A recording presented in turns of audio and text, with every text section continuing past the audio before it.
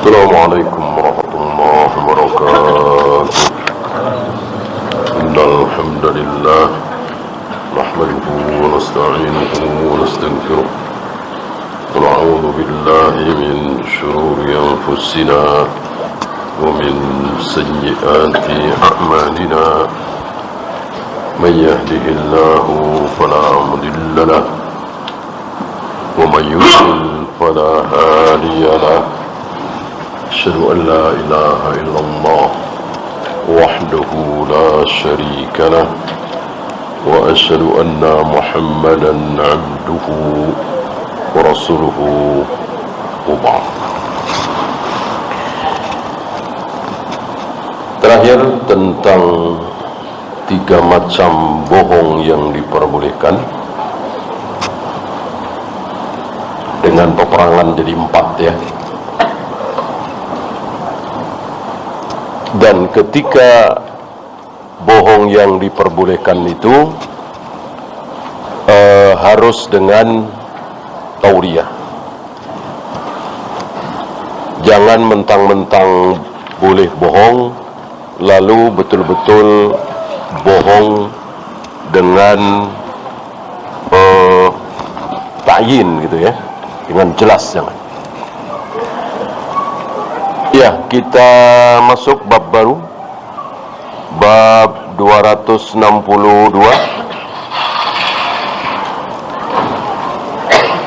babul hassi ala tasabbuti fima yaquluhu wa yahkihi. Bab anjuran untuk tasabbut, diteliti betul apakah berita ini benar, apakah tidak ada salah tafsir, apakah tidak ada penambahan berita. Ini tasabbut, anjuran untuk tasabbut fima yaquluhu wa yahkihi, terhadap apapun yang kita ucapkan dan kita sampaikan kepada orang lain. Jangan sekali dengar, apalagi cuman selentingan, lalu kita sampaikan kepada orang lain. Jangan seperti itu. Ini namanya tidak tasabbut.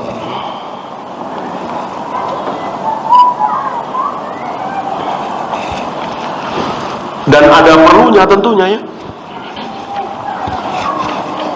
Si fulan beli mobil baru, si fulan minum khamar, si fulan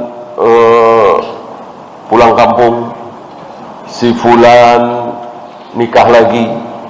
Ini kan nggak ada perlunya. Ngapain cerita-cerita? Ya, ada perlunya. Kalau tidak ada perlunya, walaupun betul, ngapain? Bahkan yang banyak dilanggar oleh kita apa? Mengumumkan kematian, an-na'yu. Kan Nabi sempat melarang kan? Itu kan menurut kita ya penting gitu. Tetapi kalau tidak perlu, jangan. Bahkan barangkali antum masih ingat kematian Nabi sempat dirahasiakan. Kepada pasukan yang sedang berperang. Ya. Termasuk kematian Abu Bakar. Itu dirahasiakan.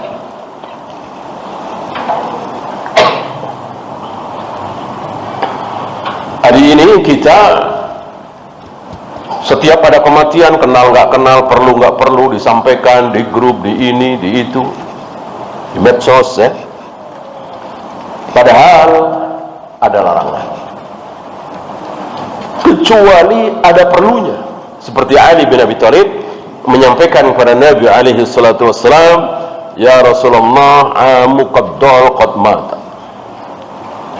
Ya Rasul, pamanmu yang sesat itu telah meninggal. Ada perlunya. Yang dimaksud Abu Thalib, ayahnya sendiri ya. ayahnya Ali bin Abi Thalib.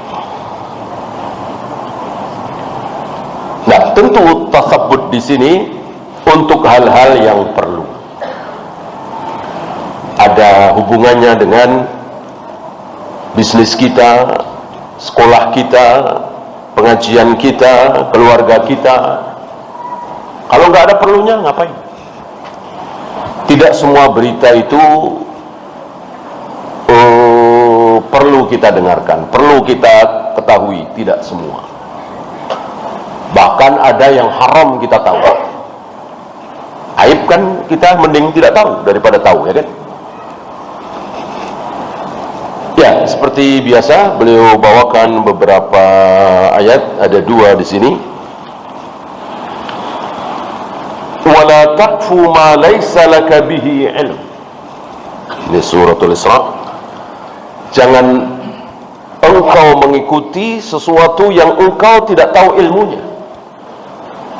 Masih meraba, masih dugaan, masih qala wakila, katanya, main sampaikan. Jangan sampai seperti itu. Wala taqfu ma laysa laka bihi ilmun. Kalau sudah tahu betul ilmunya, sudah belajar 5 tahun di fakultas itu, kedokteran misalnya, sampaikan. Ya. Tapi ini baru 3 bulan, 4 bulan belajar tentang ini, belajar tentang itu, ya. Nanti dulu mestinya. Ini termasuk bagian dari, apalagi baru 2 minggu, 3 minggu ikut pelatihan, lalu dia langsung melatih kemana-mana. Ini bagian dari ini. Jangan engkau mengikuti sesuatu yang engkau belum tahu ilmu. Hari ini kita saksikan kaum muslimin buru-buru, ya. Menguasai bahasa Arab 40 hari. Bisa baca Al-Quran 24 jam. Ya. Ini buru-buru. Para imam kita itu puluhan tahun terus belajar sampai mati. Walaupun sampai mati belum sempat mengajar, nggak masalah. Terus belajar.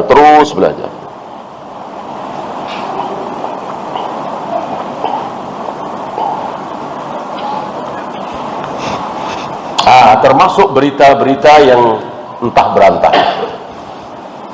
Di medsos kan entah berantah, ya kan? Masih mending TVRI, RCTI misalnya, Indosiar kan tanggung jawab. Kalau salah kan bisa dituntut, ya kan? Kalau medsos tidak, kan? Antum bikin ngarang berita di Facebook, di IG, kirimkan dari kamar antum, bisa.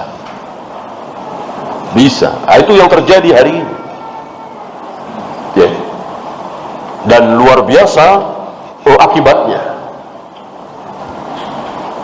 Sekarang ini di Inggris kan terjadi kerusuhan yang luar biasa itu katanya dari medsos yang salah, berita yang salah. Di negeri kita sudah sering terjadi, pada keluar cacian, makian, hujatan, fitnahan gara-gara percaya dengan berita medsos, ya. Kalau 30 tahun yang lalu, 40 tahun yang lalu belum ada medsos, semua berita itu resmi, kan tanggung jawab. Kalau berita TVRI misalnya kok berani bohong, resikonya besar. Kalau medsos nggak ada resiko, ya. Yang melontarkan berita pertama kali siapa, sulit dan dicari. Langsung disebar lagi ke grup ini, sebar lagi ke grup ini, apalagi itu heboh, ya. Ini luar biasa, ya. Ayat Al-Quran luar biasa.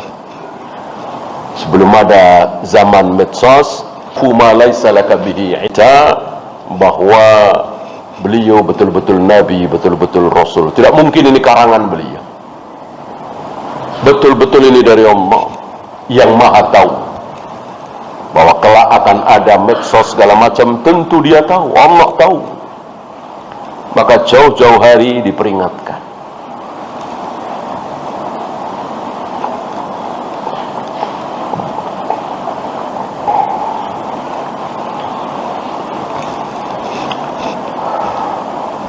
Dan ini terjadi di zaman Nabi alaihi salatu wassalam.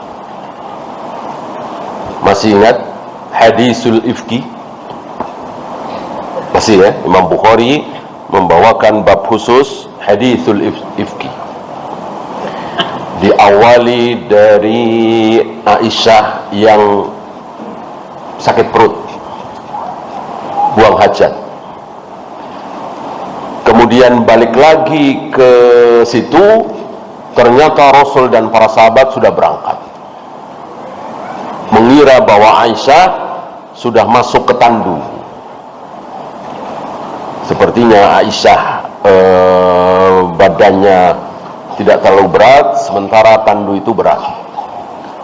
Artinya hampir sama saja ada Aisyah atau tidak yang membawa tandu itu. Mungkin 4 orang atau 6 orang gitu ya. Tentu ini semua kehendak Allah. Aisyah balik ke situ, sudah nggak ada orang. Ini malam-malam, gelap gulita. Aisyah berpikir, paling nanti ketahuan, nanti balik lagi. Paling nanti ada yang balik lagi. Gitu. Yakin aja. Gitu. Nggak lama datang Sofwan bin Al-Mu'attal sendirian. Rupanya Sofwan ketinggalan jauh dari belakang. Tidak ada kalimat yang keluar dari Sofwan bin Al-Mu'attal kecuali inna lillahi wa inna ilaihi raji'un. Tentu dia tahu bahwa ini Aisyah, salah satu ummahatil mukminin. Lalu Sofwan mempersilahkan Aisyah untuk naik untanya. Kemudian Sofwan menuntun dari depan, dan tidak ada pembicaraan apa-apa. Nggak kayak kita ya, ngobrol ya. Kalau kayak kita kan gitu kan, ngobrol di mana bisa ketinggalan begini. Nggak ada ucapan seperti itu. Diem demi menjaga fitnah. Ini kan ibunya kaum muslimin. Singkat cerita, ya akan dipercepat jalannya ya, supaya segera menyusul Rasul dan para sahabat. Sampai situ ya sudah. Aisyah cerita begini, udah. Nggak ada A, nggak ada B, nggak ada C, ya sudah. Besoknya, lusanya, minggu depan dan seterusnya, di apa istilah kita sekarang, digoreng. Berita itu digoreng, ya. Laki perempuan di malam gelap gulita berduaan, nggak mungkin nggak ngapa-ngapain terus. Jangankan manusia biasa, para sahabat Rasulullah saja terpengaruh. Rasulullah saja terpengaruh. Ini bahayanya fitnah, bahayanya berita bohong. Seorang nabi pun terpengaruh. Kalau nggak terpengaruh, tidak mungkin Nabi memulangkan Aisyah ke rumah Abu Bakar. Kan sampai dipulangkan ke rumah Abu Bakar. Bahkan Nabi sempat mengucapkan, wahai Aisyah, Allah Maha Pengampun. Kalau engkau memang berbuat salah, keliru, ya, mohon ampun kepada Allah. Ya istilah kita udah ngaku aja lah, gitu ya. Tentu kesal sekali Aisyah, nggak berbuat apa-apa. Ini alhamdulillah masih ada. Alhamdulillah masih ada wahyu. Wahyu belum putus. Coba kalau wahyu putus, tercoreng nama Aisyah sampai hari kiamat. Alhamdulillah wahyu belum putus. Turun wahyu menyatakan bahwa Aisyah tidak bersalah. bersih nama beliau. Ya. Ini Nabi alaihi salatu wassalam terpengaruh, termakan oleh fitnah, apalagi kita. Maka wajar kalau ancamannya dahsyat sekali kemarin ya, yang menyebarkan berita dusta, diapakan ujung mulutnya? Diiris, digergaji sampai ke belakang, hidungnya sampai ke belakang, matanya sampai ke belakang, dibalik lagi pipi sebelahnya, diperlakukan seperti itu. Kemudian pulih seperti semula, diiris lagi ujung mulutnya sampai ke belakang, dan begitu seterusnya. Ancaman dahsyat dari para penyebar fitnah.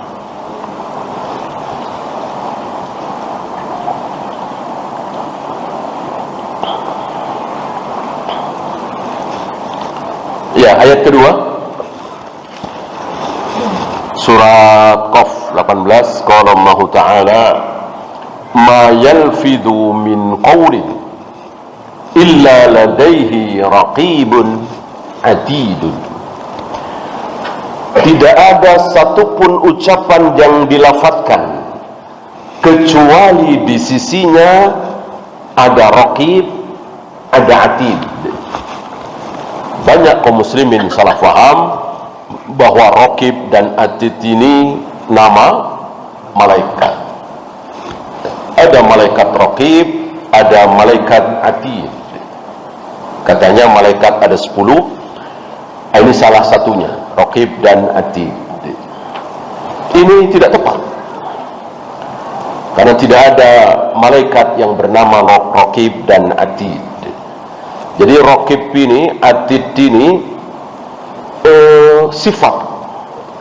sifat dari malaikat penulis itu, selalu menjaga dan mengawasi, tidak pernah lengah sedetik pun, terus diawasi. Dan akal kita tidak sampai kepada dua malaikat ini. Dua ya, bukan dua satu orang, bukan. Dua seluruh manusia jagat raya di alam semesta ini, di muka bumi ini. Penjaganya dua malaikat, entah namanya siapa, yang jelas sikapnya raqibun dan atidun, selalu menjaga dan selalu mengawasi menulisnya. Sementara yang diawasi entah berapa miliar manusia hari ini, ditulis kebaikannya, keburukannya. Bahkan rintihan. Masih ingat antum ketika Imam Ahmad merintih saat sakit keras yang akhirnya beliau wafat? Mungkin saking sakitnya gitu ya, demam tinggi atau apa, merintih. Lalu dijenguk oleh beberapa muridnya atau sahabatnya di saat Imam Ahmad itu merintih. Lalu salah satu sahabatnya membacakan hadis yang menafsirkan raqibun atidun ini. Di dalam hadis itu tidak ada ucapan yang keluar dari mulut seseorang kecuali pasti ditulis, walaupun rintihannya. Aduh, gitu kira-kira ya. Itu ditulis. Mendengar hadis ini, Imam Ahmad langsung diam, tidak merintih lagi sampai beliau wafat. Ya. Apalagi tentang pahala dosa, berzikir, bertasbih, bertahmid, mencaci, memaki, sumpah serapah, semuanya ditulis.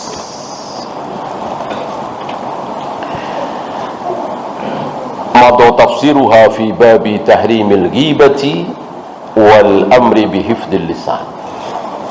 Beliau tidak membawakan fawaid dari ayat ini karena ini pengulangan di bab haramnya ghibah. Kita masuk hadis pertama 1547.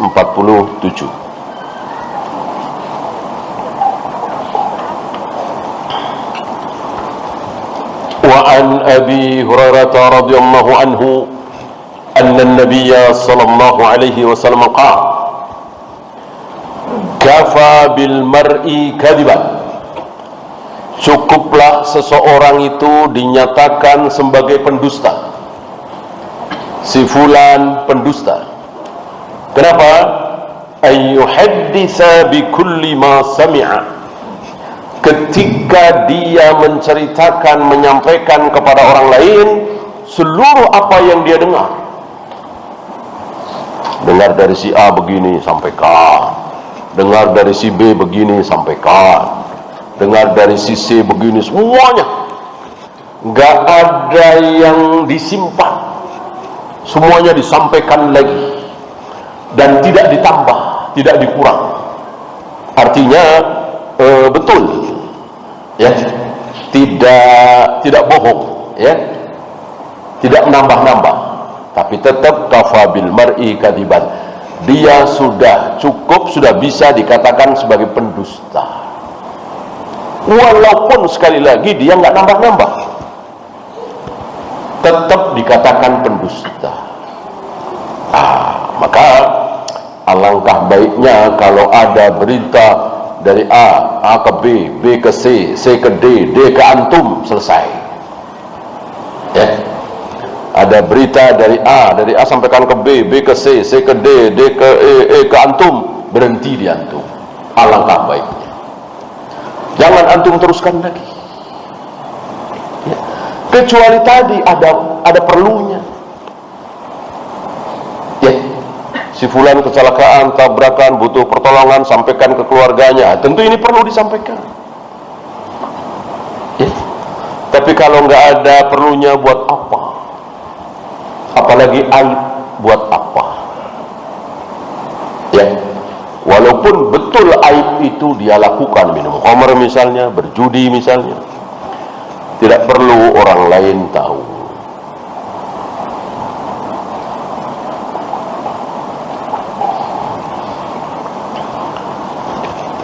Rawahu Muslim, hadis ini sahih, riwayat Imam Muslim. Fiqhul hadis: zajrun syadidun 'anil hadithi bi kulli ma sami'al insan. Peringatan keras, jangan sampai menyampaikan seluruh apa yang didengar oleh seorang manusia. Kenapa? Fa innahu yasma'u fil 'adati as-sidqa wal kadhib. Karena secara adat kebiasaan, namanya berita itu pasti apa? Iya, kadang benar, kadang salah, kadang benar. Kok disampaikan semua? Ya berarti dia ikut menyampaikan kebohongan. Maka kafa bil mar'i kadiban, cukup orang seperti itu disebut sebagai pendusta.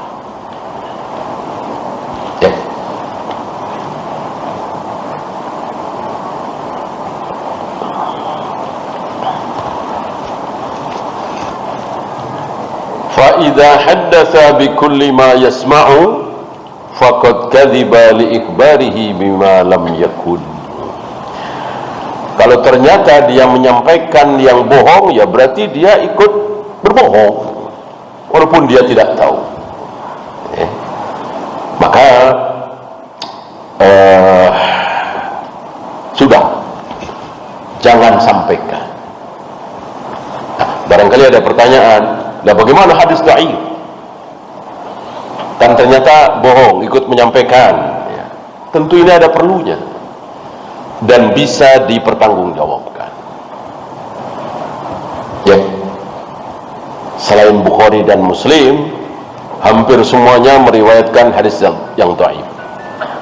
Bahkan Bukhari 1 atau 2, bahkan Imam Muslim 1 atau 2 atau 3 atau 4, ya ada hadis dhaifnya. Tapi bertanggung jawab. Kan nggak mungkin Imam Muslim mengatakan qala Rasulullah, nggak mungkin kan? Atau Bukhari mengucapkan qala Rasulullah, nggak mungkin. Kan nggak bertemu dengan Rasulullah. Kalau ada mu'allaq namanya. Gitu.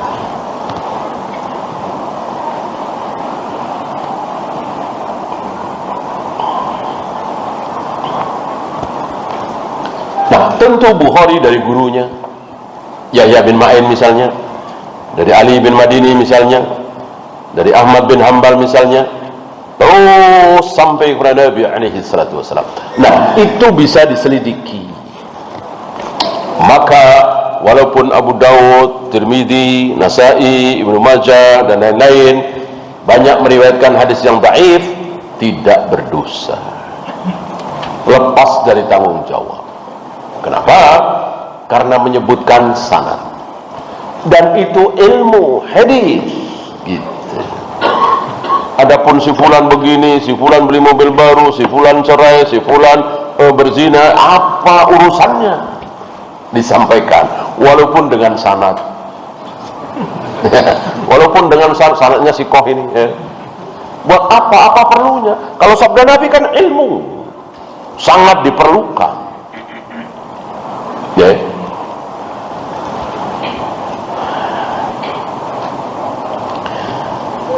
Ya, hadis kedua 1548.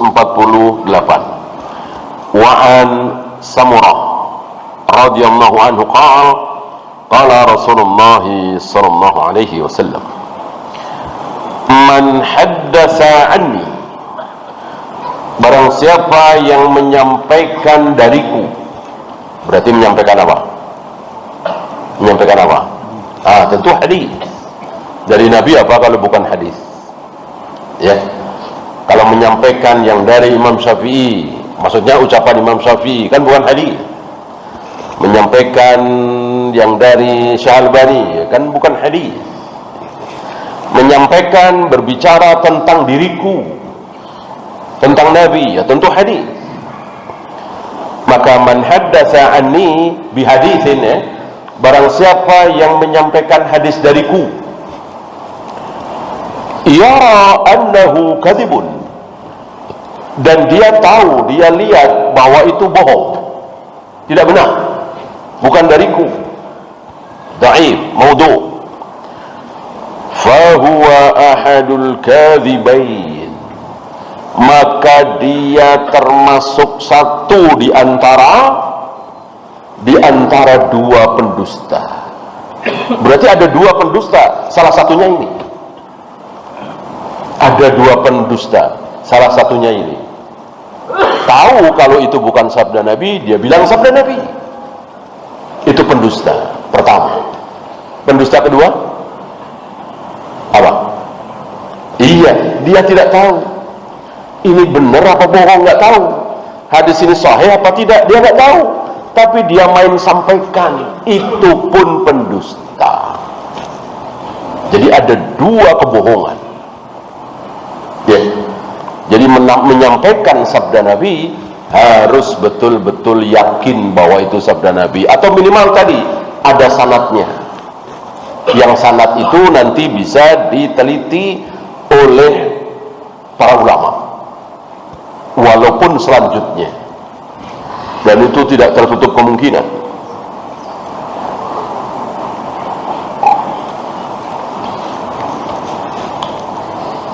Imam Hanafi tidak tahu kalau hadis itu dhaif, tapi Imam Malik tahu. Padahal Imam Hanafi jauh lebih tua dari Imam Malik. Mungkinkah? Mungkinkah? Mungkin. Mungkin. Ya. Imam Malik tidak tahu bahwa hadis itu dhaif, tapi Imam Syafi'i tahu. Padahal Imam Malik lebih tua, gurunya dari Imam Syafi'i. Mungkinkah? Mungkin. Bahkan nggak tanggung-tanggung Imam Malik tidak tahu, Syekh Albani tahu. Padahal jaraknya 1000 tahun lebih. Mungkinkah? Mungkin. Ini luar biasa. Salah satu ya, kalau boleh dibilang keajaiban ini. Salah satu karunia Allah yang sangat dahsyat luar biasa. Bisa seperti itu. Ya. Padahal kan gak ada penemuan baru dalam agama. Seolah Syekh Albani menemukan penemuan baru. Ya kan, yang pertama kali memasyhurkan bahwa hadis mengazankan bayi itu dhaif kan beliau, Syekh Albani. Sebelumnya kan hampir-hampir tidak ada. Maksudnya 300 tahun, 400 tahun, 500 tahun sebelum beliau. Bukan 1200, 1300 tahun yang lalu, bukan. Ya, artinya tenggelam, muncul lagi. Gitu. Ini karena Allah memang sudah berjanji bahwa akan memelihara agama Islam ini lewat para ulama ahlul hadis itu. Maka bisa diketahui walaupun lahir di tahun 1400-an Hijrah, sementara yang lahir tahun 700 Hijrah, 600 Hijrah malah nggak tahu. Mungkinkah? Mungkin. Karena ada ilmunya, ada caranya.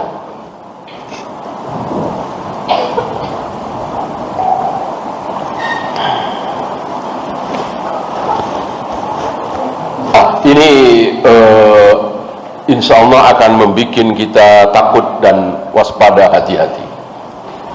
Jangan main sampaikan. Tanyakan kepada yang berilmu. Kecuali sudah masyhur, ma'ruf. Ya. Ada di Bukhari, Muslim, diamalkan oleh para imam. Ya. Yang tidak, hati-hati. Jangan langsung berfatwa. Ya. Kan banyak barangkali mungkin kalau antum nggak sengaja taruhlah, walaupun mungkin terjemahan ya, baca Musnad Ahmad terjemahan, baca, pasti ada 1-2 hadis yang nggak ada yang tahu, yang aneh. Nah, hati-hati, tanyakan dulu. Jangan, ini sabda Nabi, amalkan. Hati-hati ya. Kita punya para ulama, kita merujuk para ulama, ya. Kecuali sekelas Syekh Albani, Syekh bin Baz, Syekh Utsaimin barangkali. Ya seperti tadi kan. Ya kita kan, siapa kita ini ya kan? Maka hati-hati. Ya. Tidak usah berambisi saya menemukan hadis ini. Gitu. Jangan.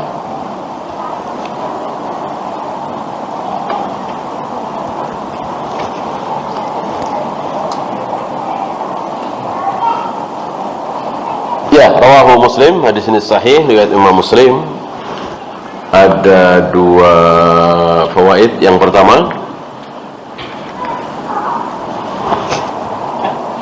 adamu jawazi riwayatil ahadisi ala dhanni annaha sahihatun.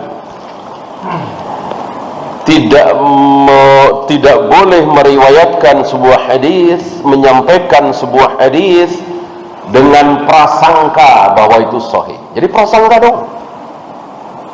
Ya. Dengan kaidah yang tidak dikenal oleh para ulama.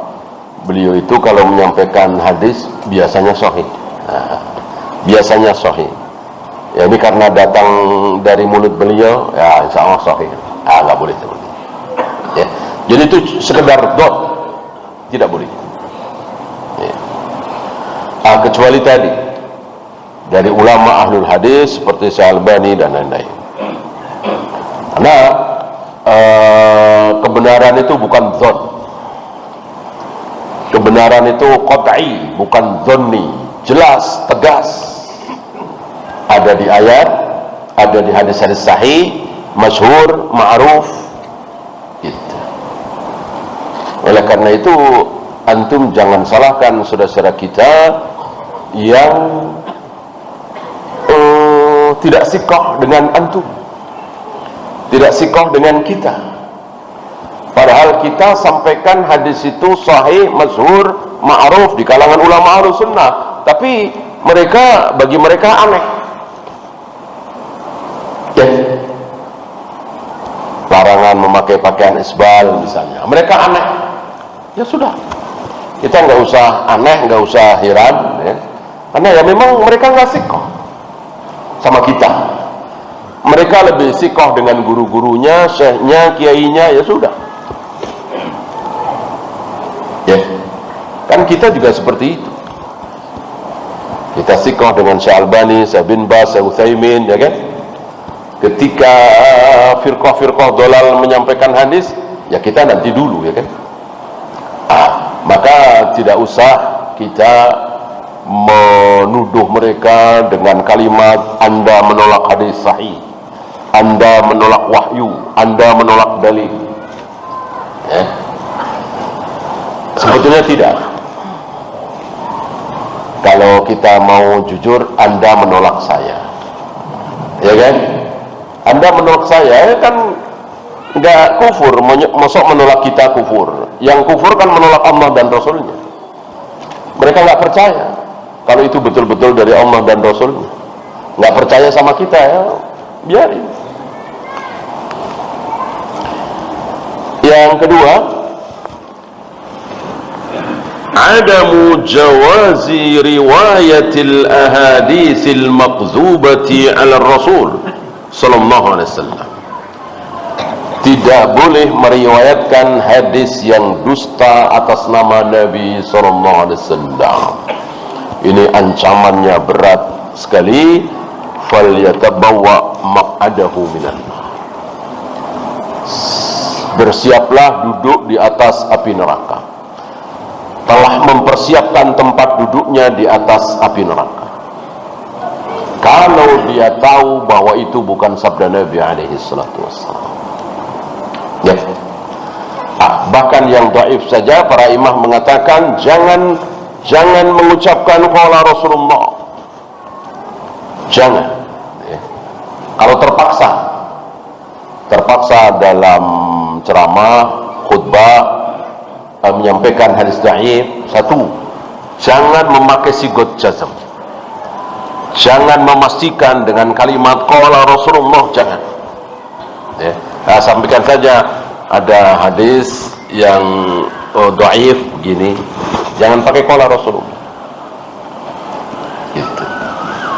Yang kedua, ada hadis lain yang sahih yang mendukung hadis tersebut.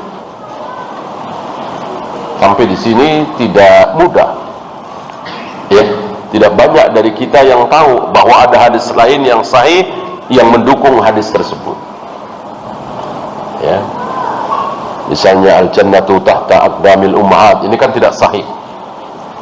Tapi ada hadis lain yang sahih yang mengatakan, ya Rasul, aku harus ikut perang ini, tapi aku tinggalkan ibuku sendirian di rumah. Kata Nabi, nggak usah ikut perang, rawatlah ibumu, karena surgamu ada di telapak kakinya.